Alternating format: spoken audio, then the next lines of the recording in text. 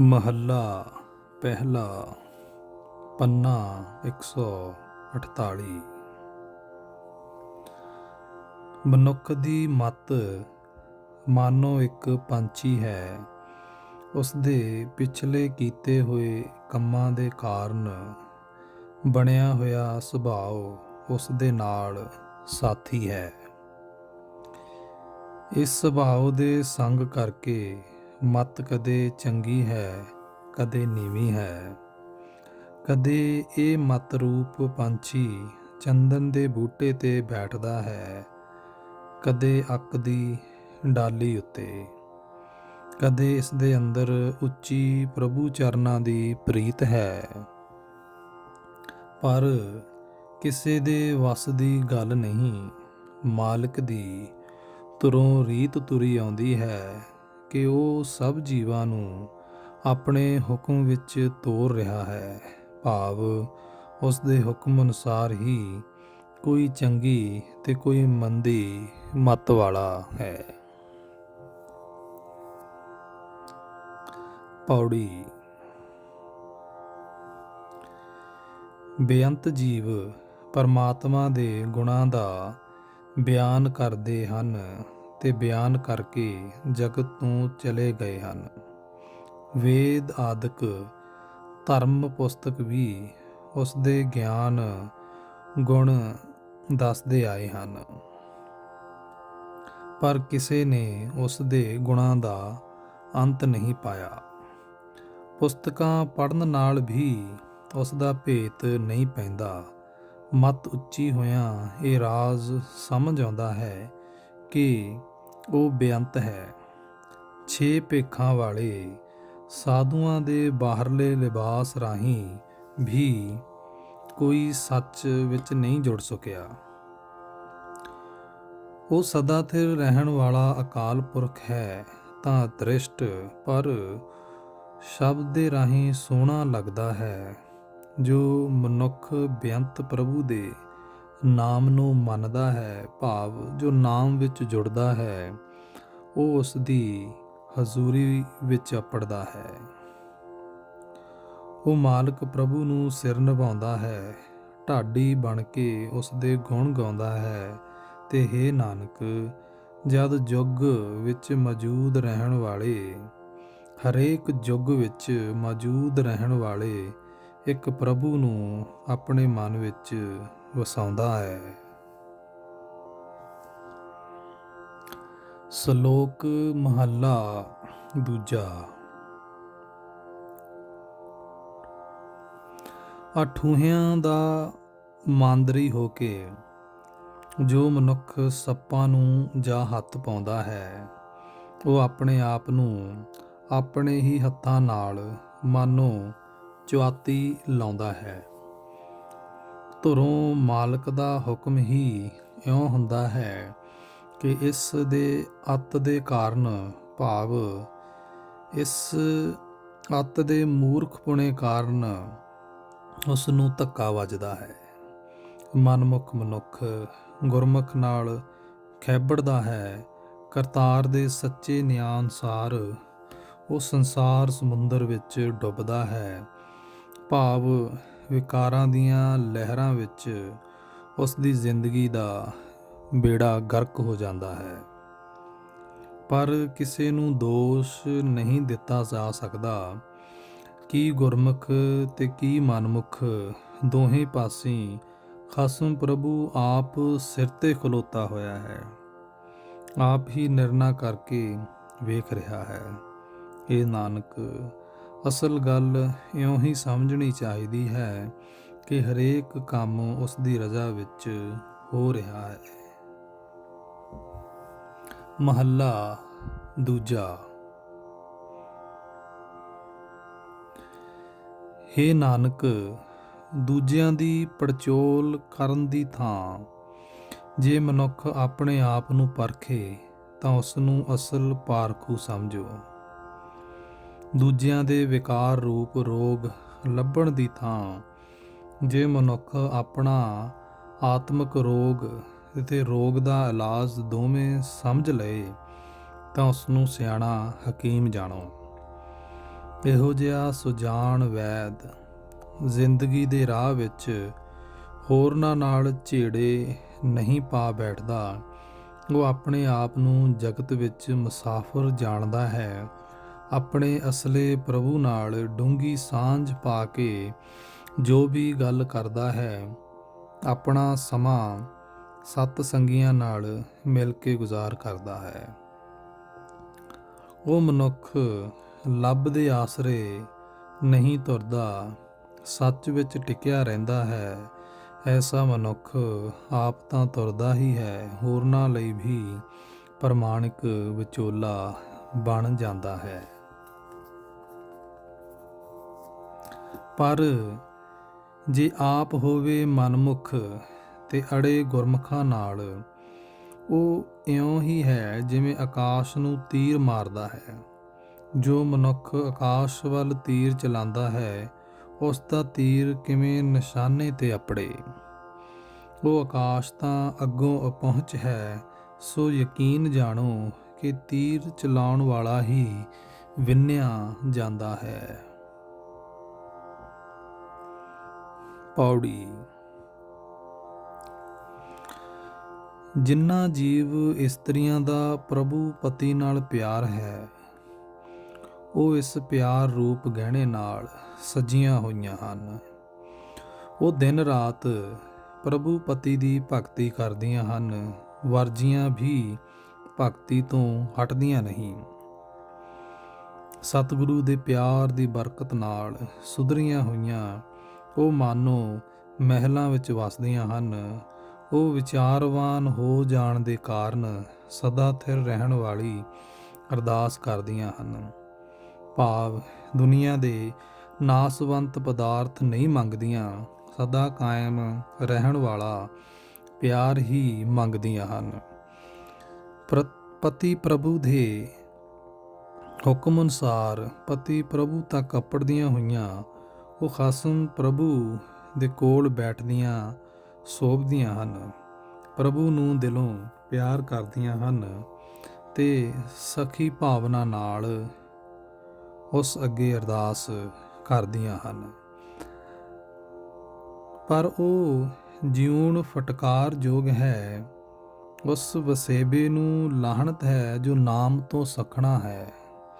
ਜਿਸ ਜੀਵ ਇਸਤਰੀ ਨੂੰ ਅਕਾਲ ਪੁਰਖ ਨੇ ਗੁਰ ਸ਼ਬਦ ਦੇ ਰਾਹੀਂ ਸੁਧਾਰਿਆ ਹੈ, ਉਸ ਨੇ ਅੰਮ੍ਰਿਤ ਨਾਮ ਪੀਤਾ ਹੈ।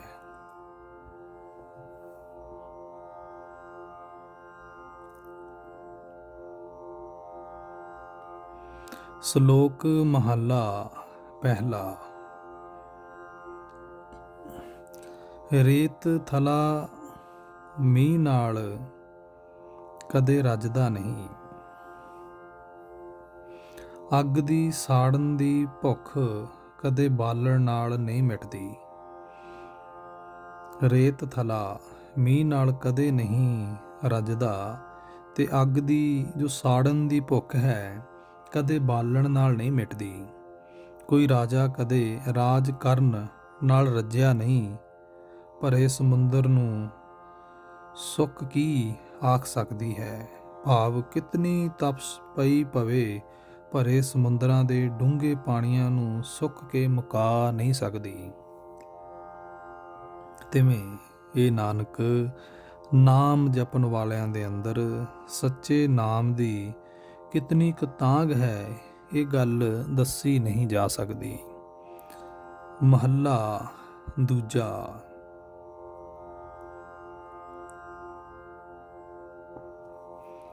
ਜਦ ਤੱਕ ਮਨੁੱਖ ਅਕਾਲ ਪੁਰਖ ਨੂੰ ਨਹੀਂ ਪਛਾਣਦਾ, ਤਦ ਤੱਕ ਉਸ ਦਾ ਜਨਮ ਵਿਅਰਥ ਹੈ।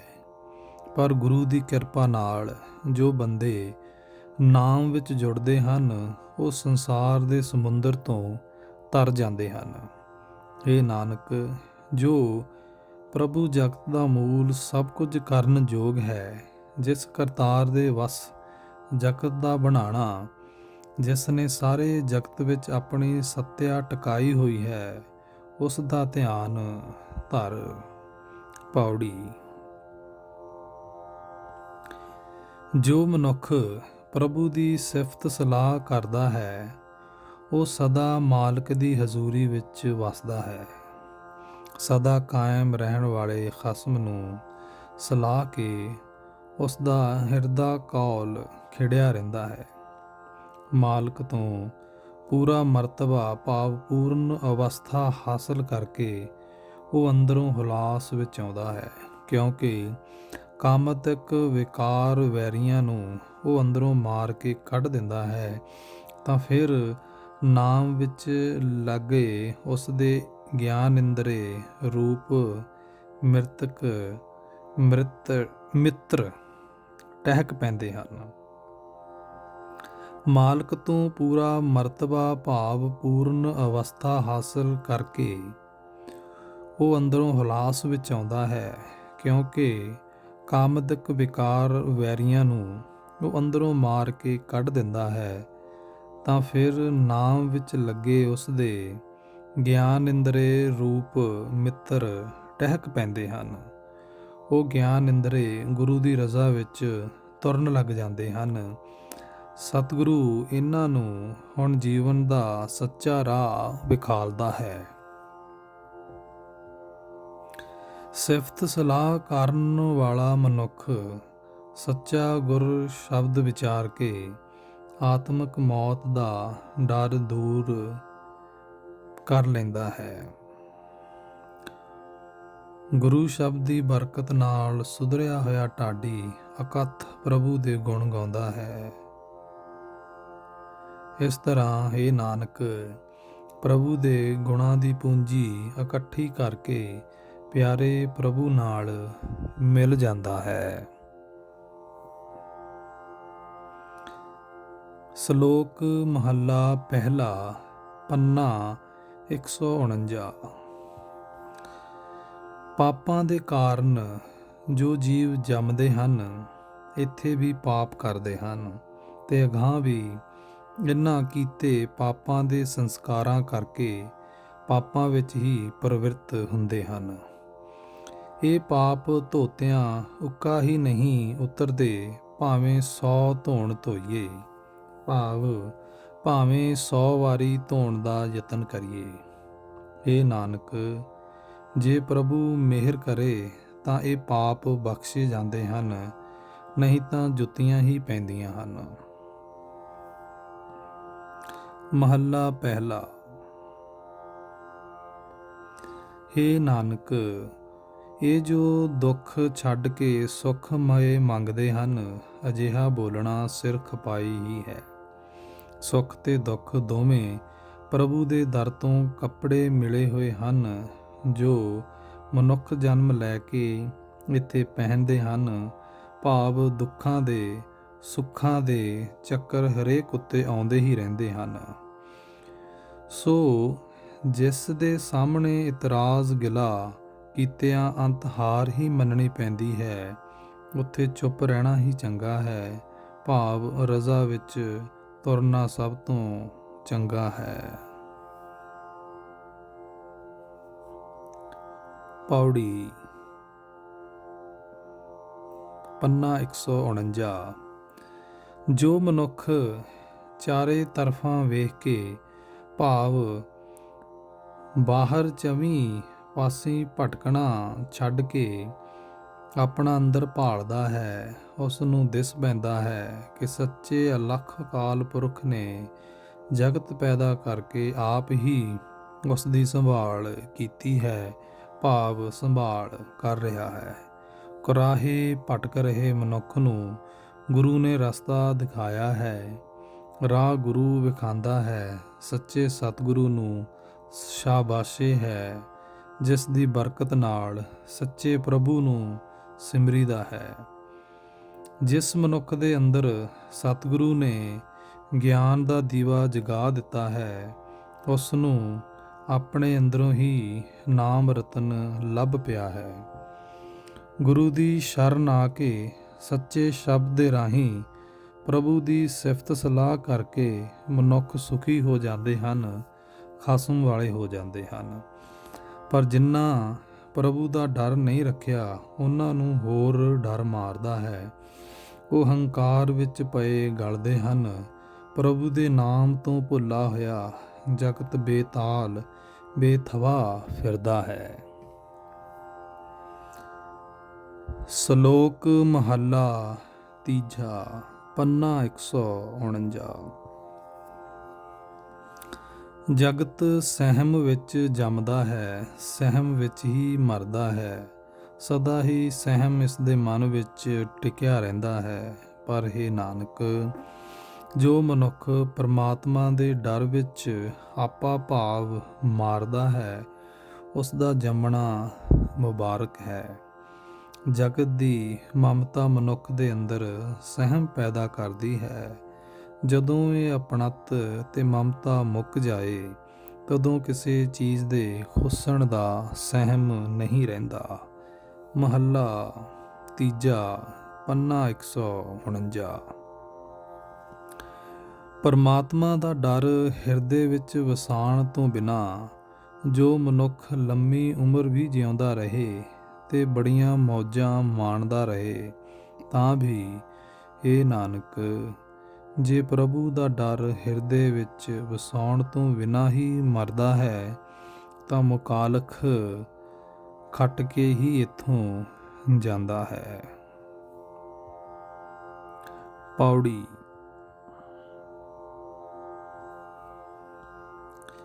ਜਿਸ ਮਨੁੱਖ ਉੱਤੇ ਸਤਿਗੁਰੂ ਕਿਰਪਾ ਕਰੇ, ਉਸ ਦੇ ਅੰਦਰ ਪਰਮਾਤਮਾ ਉੱਤੇ ਪੱਕਾ ਭਰੋਸਾ ਵੱਧ ਜਾਂਦਾ ਹੈ। ਉਹ ਕਿਸੇ ਦੁੱਖ ਕਲੇਸ਼ ਦੇ ਆਉਣ 'ਤੇ ਕਦੇ ਗਿਲਾ ਗੁਜ਼ਾਰੀ ਨਹੀਂ ਕਰਦਾ, ਕਿਉਂਕਿ ਉਹ ਕਿਸੇ ਆਏ ਦੁੱਖ ਨੂੰ ਦੁੱਖ ਨਹੀਂ ਸਮਝਦਾ। ਸਦਾ ਪ੍ਰਭੂ ਦੇ ਮੇਲ ਦਾ ਆਨੰਦ ਮਾਣਦਾ ਹੈ। ਦੁੱਖ ਕਲੇਸ਼ ਤਾਂ ਕਿਤੇ ਰਿਹਾ, ਉਸ ਨੂੰ ਜਮ ਦਾ ਡਰ ਵੀ ਨਹੀਂ ਰਹਿੰਦਾ। ਇਸ ਤਰ੍ਹਾਂ ਉਸ ਦੇ ਸਰੀਰ ਨੂੰ ਸਦਾ ਸੁੱਖ ਰਹਿੰਦਾ ਹੈ।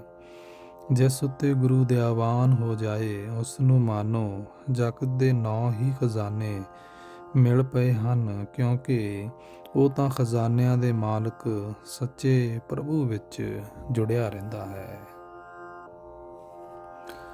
ਸ਼ਲੋਕ ਮਹੱਲਾ ਪਹਿਲਾ, ਪੰਨਾ 149।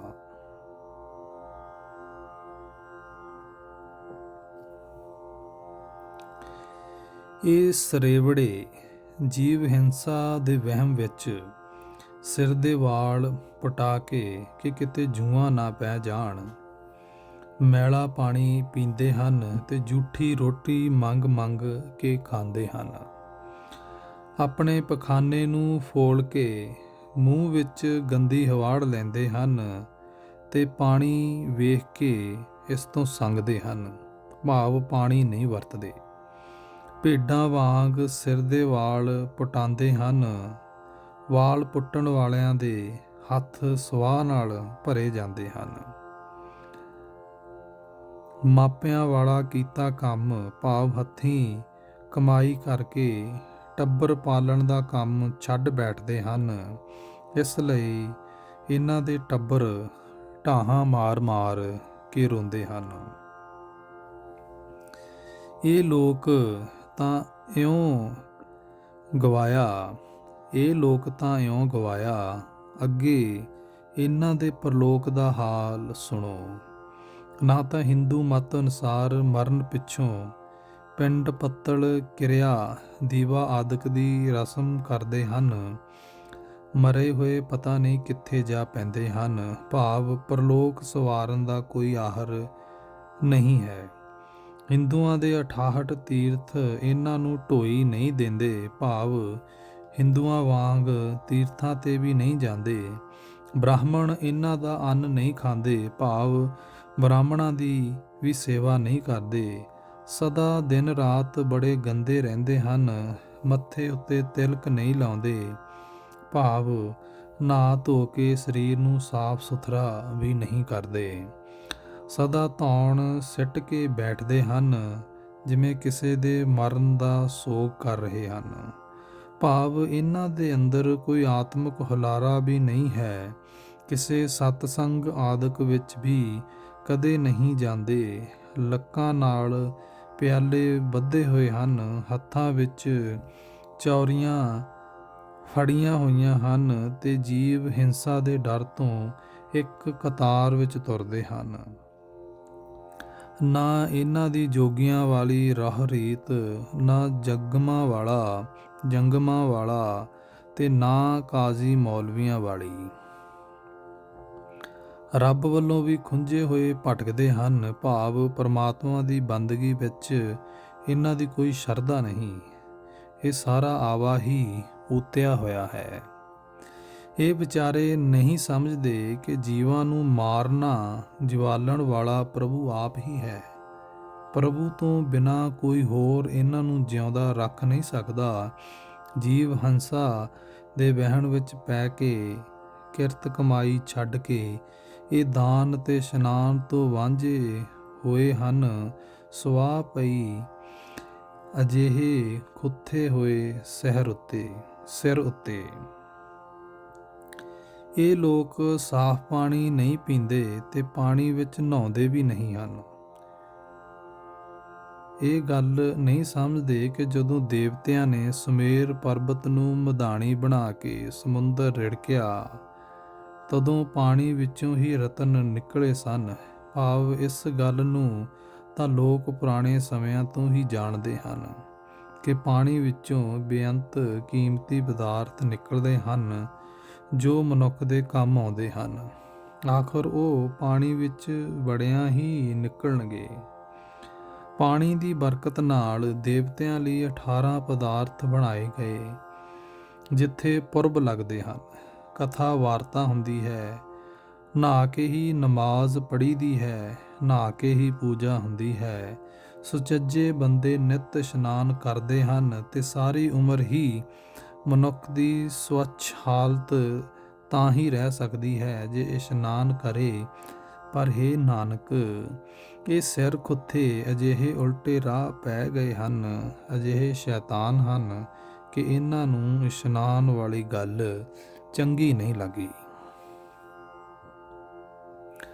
ਪਾਣੀ ਦੀਆਂ ਹੋਰ ਬਰਕਤਾਂ ਤੱਕੋ। ਮੀਂਹ ਪਿਆ ਸਭ ਜੀਵਾਂ ਦੇ ਅੰਦਰ ਖੁਸ਼ੀ ਪੈਦਾ ਹੁੰਦੀ ਹੈ। ਜੀਵਾਂ ਦੀ ਜੀਵਨ ਜੁਗਤ ਹੀ ਪਾਣੀ ਵਿੱਚ ਟਿਕੀ ਹੋਈ ਹੈ। ਮੀਂਹ ਪਿਆ ਅੰਨ ਪੈਦਾ ਹੁੰਦਾ ਹੈ, ਕਮਾਦ ਦੁੱਗਦਾ ਹੈ, ਕਪਾਹ ਹੁੰਦੀ ਹੈ ਜੋ ਸਭਨਾਂ ਦਾ ਪੜਦਾ ਬਣਦੀ ਹੈ। ਮੀਂਹ ਪਿਆ ਉੱਗਿਆ ਘਾਹ ਗਾਈਆਂ ਚੁਗਦੀਆਂ ਹਨ ਤੇ ਦੁੱਧ ਦਿੰਦੀਆਂ ਹਨ। ਉਸ ਦੁੱਧ ਤੋਂ ਬਣਿਆ ਦਹੀਂ ਘਰ ਦੀ ਜਨਾਨੀ ਰਿੜਕਦੀ ਹੈ ਤੇ ਘਿਓ ਬਣਾਉਂਦੀ ਹੈ। ਉਸ ਘਿਓ ਨਾਲ ਹੀ ਸਦਾ ਹੋਮ ਜਗ ਪੂਜਾ ਆਦਿਕ ਹੁੰਦੇ ਹਨ। ਇਹ ਘਿਓ ਪਿਆ ਹੀ ਹਰੇਕ ਕਾਰਜ ਸ਼ੋਭਦਾ ਹੈ। ਇੱਕ ਹੋਰ ਇਸ਼ਨਾਨ ਵੀ ਹੈ। ਸਤਿਗੁਰੂ ਮਾਨੋ ਸਮੁੰਦਰ ਹੈ, ਉਸ ਦੀ ਸਿੱਖਿਆ ਮਾਨੋ ਸਾਰੀਆਂ ਨਦੀਆਂ ਹਨ। ਇਸ ਗੁਰ ਸਿੱਖਿਆ ਵਿੱਚ ਨਹਾਉਣ ਨਾਲ, ਭਾਵ ਸੁਰਤ ਜੋੜਨ ਨਾਲ ਵਡਿਆਈ ਮਿਲਦੀ ਹੈ। ਇਹ ਨਾਨਕ, ਜੇ ਇਹ ਸਿਰ ਮੁੰਨੇ ਇਸ ਨਾਮ ਜਲ ਵਿੱਚ ਇਸ਼ਨਾਨ ਨਹੀਂ ਕਰਦੇ ਤਾਂ ਨਿਰੀ ਮੁਕਾਲਖ ਹੀ ਖੱਟਦੇ ਹਨ।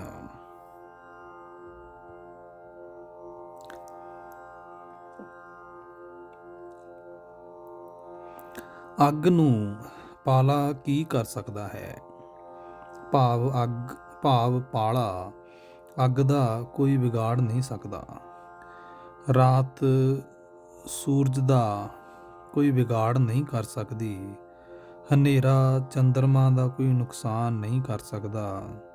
ਕੋਈ ਉੱਚੀ ਨੀਵੀਂ ਜਾਤ ਹਵਾ ਤੇ ਪਾਣੀ ਨੂੰ ਵਿਗਾੜ ਨਹੀਂ ਸਕਦੀ। ਭਾਵ ਕੋਈ ਨੀਵੀਂ ਜਾਤ ਇਹਨਾਂ ਤੱਤਾਂ ਨੂੰ ਭਿੱਟ ਨਹੀਂ ਸਕਦੀ।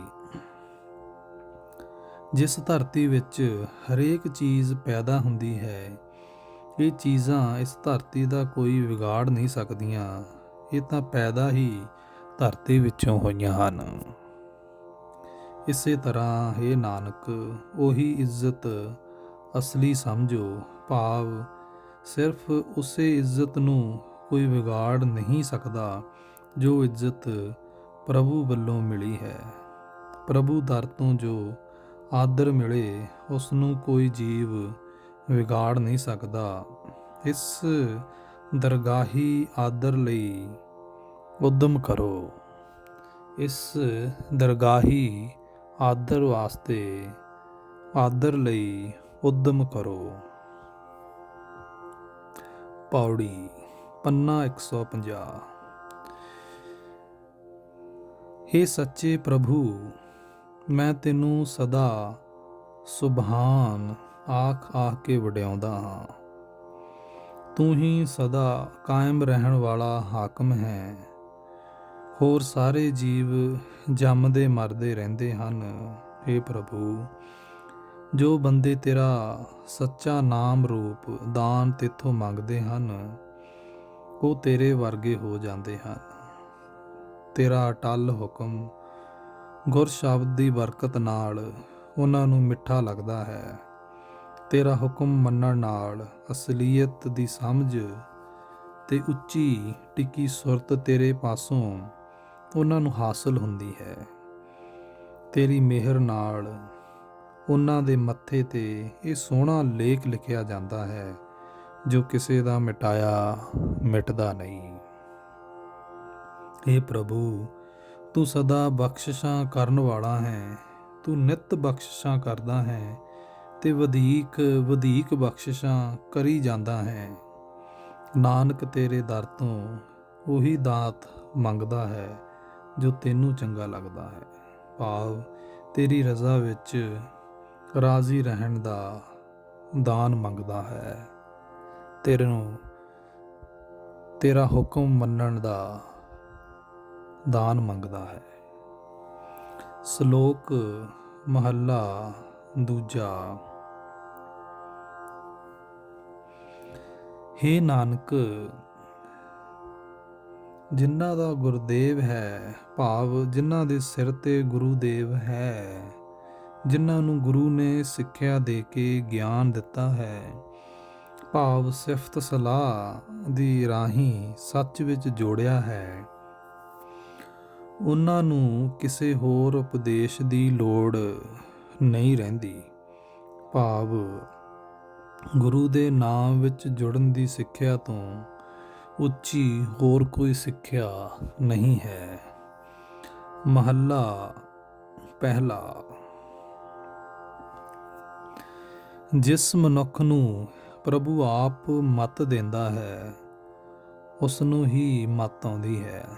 ਜਿਸ ਮਨੁੱਖ ਨੂੰ ਆਪ ਸੂਝ ਬਖਸ਼ਦਾ ਹੈ, ਉਸ ਨੂੰ ਜੀਵਨ ਸਫਰ ਦੀ ਹਰੇਕ ਗੱਲ ਦੀ ਸੂਝ ਆ ਜਾਂਦੀ ਹੈ। ਜੇ ਮੱਤ ਤੇ ਸੂਝ ਨਹੀਂ ਤਾਂ ਇਸ ਦੀ ਪ੍ਰਾਪਤੀ ਬਾਰੇ ਆਖੀ ਜਾਣਾ ਕੋਈ ਲਾਭ ਨਹੀਂ ਦਿੰਦਾ। ਮਨੁੱਖ ਅਮਲੀ ਜੀਵਨ ਵਿੱਚ ਮਾਇਆ ਵਿੱਚ ਹੀ ਸੜਦਾ ਰਹਿੰਦਾ ਹੈ। ਸਾਰੇ ਜੀ ਜੰਤ ਪ੍ਰਭੂ ਆਪ ਹੀ ਆਪਣੇ ਹੁਕਮ ਅਨੁਸਾਰ ਪੈਦਾ ਕਰਦਾ ਹੈ। ਸਾਰੇ ਜੀਵਾਂ ਬਾਰੇ ਵਿਚਾਰਾਂ ਉਸ ਨੂੰ ਕੀ ਕੁਝ ਸਾਰੇ ਜੀਵਾਂ ਬਾਰੇ ਵਿਚਾਰਾਂ ਪ੍ਰਭੂ ਆਪ ਹੀ ਜਾਣਦਾ ਹੈ। ਹੇ ਨਾਨਕ, ਜਿਸ ਮਨੁੱਖ ਨੂੰ ਉਹ ਅਵਿਨਾਸ਼ੀ ਤੇ ਅਖੈ ਪ੍ਰਭੂ ਪਾਸੋਂ ਸੂਝ-ਬੂਝ ਦੀ ਦਾਤ ਮਿਲਦੀ ਹੈ, ਉਸ ਦੀ ਮਨ ਦੀ ਭਟਕਣਾ ਦੂਰ ਹੋ ਜਾਂਦੀ ਹੈ। ਪੌੜੀ ਪੰਨਾ 150। ਮੈਂ ਵਿਹਲਾ ਸਾਂ, ਮੈਨੂੰ ਢਾਡੀ ਬਣਾ ਕੇ ਪ੍ਰਭੂ ਨੇ ਅਸਲ ਕੰਮ ਵਿੱਚ ਲਾ ਦਿੱਤਾ। ਪ੍ਰਭੂ ਨੇ ਧੁਰੋਂ ਹੁਕਮ ਦਿੱਤਾ ਕਿ ਭਾਵੇਂ ਰਾਤ ਹੋਵੇ ਭਾਵੇਂ ਦਿਨ ਜਸ ਕਰੋ। ਮੈਂ ਢਾਡੀ ਨੂੰ, ਭਾਵ ਜਦੋਂ ਮੈਂ ਉਸ ਦੀ ਸਿਫਤ ਸਲਾਹ ਵਿੱਚ ਲੱਗਾ ਤਾਂ ਖਸਮ ਨੇ ਆਪਣੇ ਸੱਚੇ ਮਹਿਲ ਵਿੱਚ ਆਪਣੀ ਹਜ਼ੂਰੀ ਵਿੱਚ ਸੱਦਿਆ। ਉਸ ਨੇ ਸੱਚੀ ਸਿਫਤ ਸਲਾਹ ਰੂਪ ਮੈਨੂੰ ਸਰੋਪਾ ਦਿੱਤਾ। ਸਦਾ ਕਾਇਮ ਰਹਿਣ ਵਾਲਾ ਆਤਮਿਕ ਜੀਵਨ ਦੇਣ ਵਾਲਾ ਨਾਮ ਮੇਰੀ ਆਤਮਾ ਦੇ ਆਧਾਰ ਲਈ ਮੈਨੂੰ ਭੋਜਨ ਉਸ ਪਾਸੋਂ ਮਿਲਿਆ। ਜਿਸ ਮਨੁੱਖ ਨੇ ਗੁਰੂ ਦੀ ਸਿੱਖਿਆ ਤੇ ਤੁਰ ਕੇ ਇਹ ਅੰਮ੍ਰਿਤ ਭੋਜਨ ਨਾਮ ਰੱਜ ਕੇ ਖਾਧਾ ਹੈ, ਉਸਨੇ ਸੁਖ ਪਾਇਆ ਹੈ। ਮੈਂ ਢਾਡੀ ਵੀ ਜਿਉਂ-ਜਿਉਂ ਸਿਫਤ ਸਲਾਹ ਦਾ ਗੀਤ ਗਾਉਂਦਾ ਹਾਂ, ਪ੍ਰਭੂ ਦਰ ਤੋਂ ਮਿਲੇ ਇਸ ਨਾਮ ਪ੍ਰਸਾਦ ਨੂੰ ਚੱਕਦਾ ਹਾਂ, ਭਾਵ ਨਾਮ ਦਾ ਆਨੰਦ ਮਾਣਦਾ ਹਾਂ। ਇਹ ਨਾਨਕ, ਸੱਚੇ ਪ੍ਰਭੂ ਦੀ ਸਿਫਤ ਸਲਾਹ ਕਰਕੇ ਉਸ ਪੂਰਨ ਪ੍ਰਭੂ ਦੀ ਪ੍ਰਾਪਤੀ ਹੁੰਦੀ ਹੈ। ਸ਼ੁੱਧ